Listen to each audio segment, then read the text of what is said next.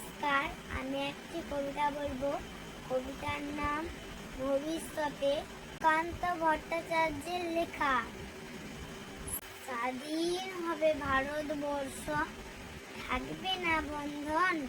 আমরা সবাই স্বরাজ্যে কবরে ইন্ধন।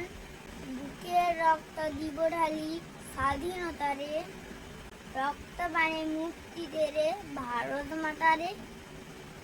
মূর্খ যারা, অজ্ঞ যারা, যে জন বঞ্চিত, তাদের তরে মুক্তি সদা করব সঞ্চিত।